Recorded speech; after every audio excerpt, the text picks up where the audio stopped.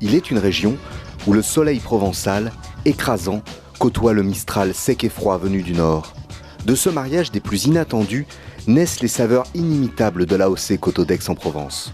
Sur environ 4200 hectares, les 75 caves particulières et les 12 coopératives produisent plus de 200 000 hectolitres chaque année. Pour Didier Poriol, l'identité aromatique de l'appellation est multiple. Les vins de l'appellation Coteaux d'Aix-en-Provence sont aromatiquement différents selon que l'on se situe au bord de l'étang de Berre, au niveau central de l'appellation dans la Trévarès ou alors au nord de l'appellation dans le secteur de Jouques ou Riance. Nous avons des vins par exemple plus acides au nord et des vins plus légers, plus fruités sur le sud de l'appellation, notamment autour de l'étang de Berre. Si le climat est uniforme, c'est la diversité des sols qui offre aux Coteaux d'Aix-en-Provence sa grande variété de saveurs.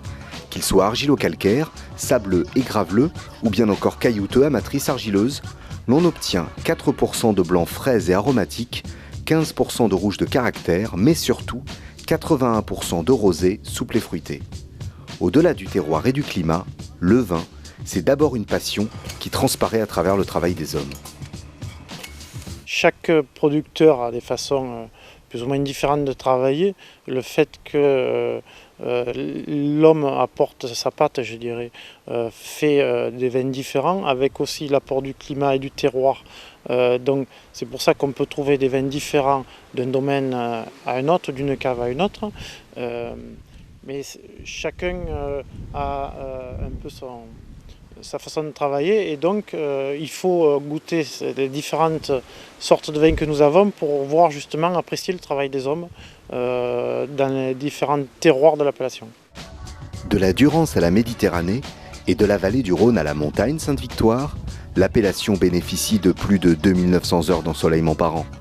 Associée à de faibles pluies, ces conditions privilégiées confèrent à la vigne sa qualité exceptionnelle. La matière première est sûrement le plus important, c'est-à-dire avoir de beaux raisins.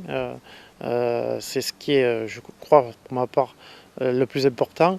Et après, évidemment, tout le processus de vinification, chaque producteur accorde beaucoup de soins à cette partie-là.